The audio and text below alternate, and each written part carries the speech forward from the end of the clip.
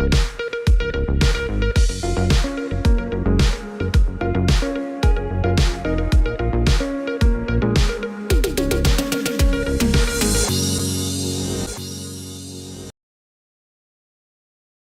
News കാലാവസ്ഥാ വാർത്തയിലേക്ക് സ്വാഗതം.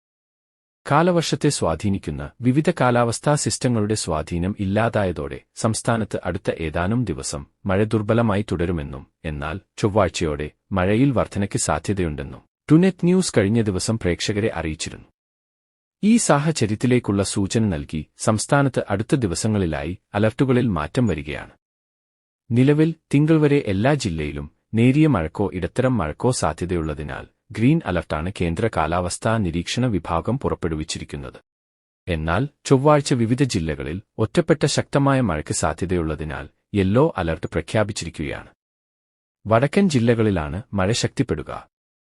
ബംഗാൾ ഉൾക്കടലിൽ തിങ്കളാഴ്ചയോടെ പുതിയ ന്യൂനമർദ്ദം രൂപപ്പെടാൻ സാധ്യതയുണ്ടെന്നാണ് കാലാവസ്ഥാ നിരീക്ഷകർ അറിയിക്കുന്നത്. ഇതുൾപ്പെടെയാണ് സംസ്ഥാനത്ത് മഴ ശക്തിപ്പെടുത്തുക. നിലവിൽ ചൊവ്വാഴ്ച തൃശൂർ, മലപ്പുറം, കോഴിക്കോട്, വയനാട്, കണ്ണൂർ, കാസർകോട് ജില്ലകളിലാണ് യെല്ലോ അലർട്ട് നൽകിയിരിക്കുന്നത്. അതുവരെ വിവിധയിടങ്ങളിൽ വെയിൽ അനുഭവപ്പെടും. ചുരുക്കം ചിലയിടങ്ങളിൽ ഉച്ചയ്ക്കുശേഷമുള്ള സമയങ്ങളിലായി ഇടിമിന്നലോടുകൂടിയ മഴയ്ക്കും സാധ്യതയുണ്ട്. പ്രത്യേകിച്ച് കിഴക്കൻ മേഖലയിലാണ് ഇത്തരം മഴയ്ക്ക് കൂടുതൽ സാധ്യത. കാലാവസ്ഥാ വാർത്തകൾ കൃത്യമായി ലഭിക്കാൻ ചാനൽ സബ്സ്ക്രൈബ് ചെയ്യുക. നന്ദി.